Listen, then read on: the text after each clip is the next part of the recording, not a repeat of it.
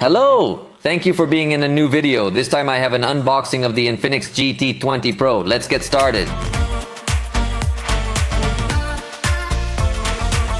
This device, like many others focused on gamers, integrates the letters GT to imply that it is a powerful edition borrowed from automobiles. But we could already say that it is also a common nomenclature in smartphones. The launch price of this model in Mexico is 8,999 pesos, sold exclusively through Mercado Libre.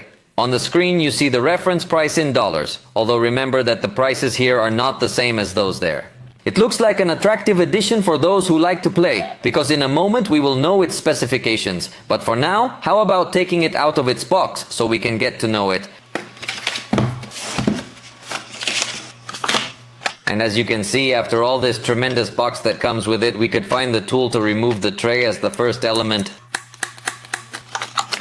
And then we find the usual paper, quick guide, and something interesting is that it comes with the necessary tools for the installation of an additional tempered glass mica. This is something that few manufacturers include nowadays, but it is good news. Note that with this you could give a higher level of protection to your device. Obviously it's optional whether you want to stick it on or not, but it comes included along with everything you need for installation. Also, speaking of protection, they are also going to include this one, which is the completely hard case with a solid plastic. It's not a clear case that's going to later turn yellow, and note that the back comes with the holes necessary to make the original device decoration noticeable, which we'll get to in a moment. And it even comes with these lines that give it a very gamer touch. It looks like a fan and a lot of speed. So it's an important touch for anyone who likes this kind of design. Let's continue to see what else is in the box here.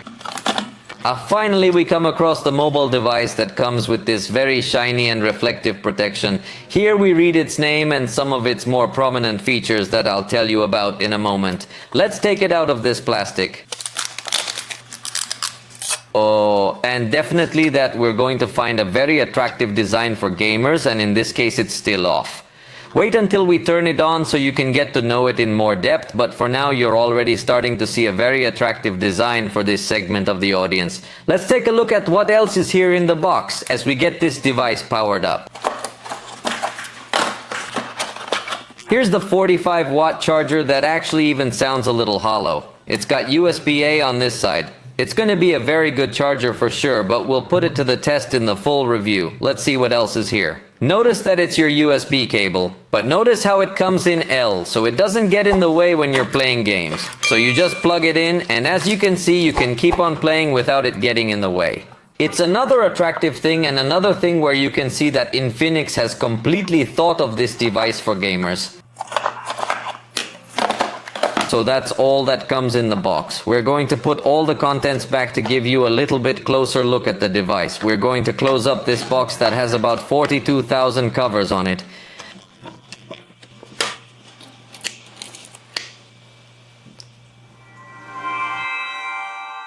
I've already got the device set up so we can get to know it.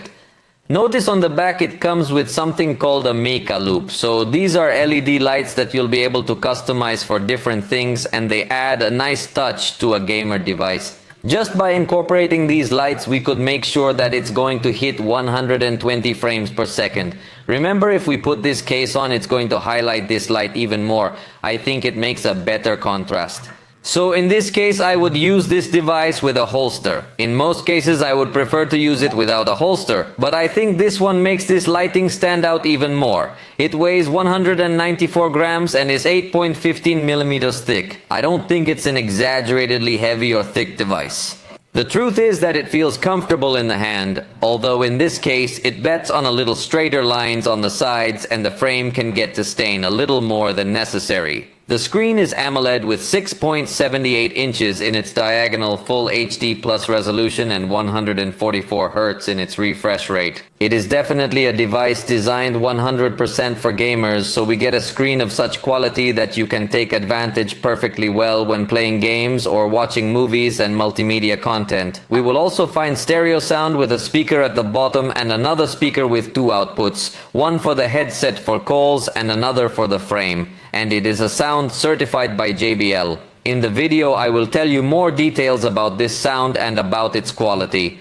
For now, let's move on. In the front camera is 32 megapixels with f-aperture 2.2 and fixed focus. And as all accounts, although in the preview may look burned background that is very illuminated, after it processes the photograph, the result is completely good in terms of balance of light and shadow, although selfies will not be his specialty, but I think it does not come to disappoint. On the back, we will find the 108 megapixel main camera with f1.8 aperture, optical stabilization, and autofocus. Consider that this is the only camera because the other two cameras are macro and depth, considered by the general culture as marketing cameras. The main camera, I think, has a good photographic quality. Colors a little more saturated than the account as a first impression, but in the review we will have a more detailed analysis. As all accounts, it offers us zoom within the sensor 3 axes, still trying to maintain optical quality, although it seems to me that it has slightly exaggerated sharpness, but it seems that it will handle a good short-range zoom. In fact, up to 10x it still shows good quality, but that would be its maximum zoom. For macro photography, I would recommend using the 3-axis zoom more, and I think the quality is good. You could also use the macro camera, but it has low detail and the focus is very spot on, so I don't find it very useful. And now you're looking at the portrait photography result. It looks like it will at least use the depth camera, although I'm not sure it uses that supposed depth camera to detect blur. Notice that it also allows us to take pictures in zoom to aqueous, and it also maintains this good quality in depth detection. I think it takes good portraits. As for video recording, it notes that it will be able to go up to 4K at 60 frames per second, which is completely good. And in the case of the front-facing camera, it will only be able to go up to 2K at 30 frames per second or full HD at 120 frames per second. This is definitely not a device that has its main focus on the camera or video recording. We already realized that its main focus will be gaming.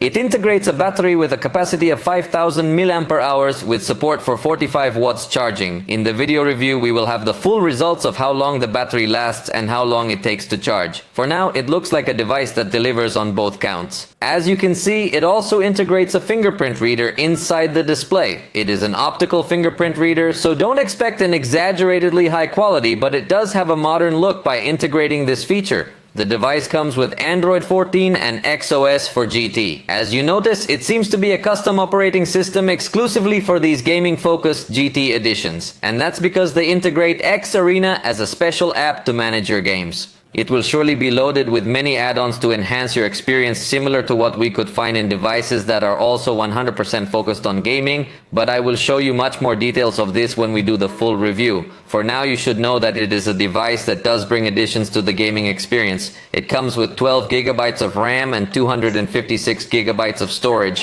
And right out of the box, it showed me 20.27 gigabytes occupied by the system. A remarkably high figure, but you have to consider that this is a device that does bring a lot of options at the software level. And finally, the processor is the MediaTek Dimensity 8200 Ultimate, a processor that has plenty of power. But if you want a little clearer reference, run these benchmarks. We start with Geekbench, where it scored 1005 points in single core and 3283 points in multi-core. In other words, it has a performance more or less similar to the Snapdragon 7 Gen 3, which is a very good processor. So it is expected to be a very powerful device when it comes to gaming. In Antutu, it scored 943,125 points. In graphics, power level is also good.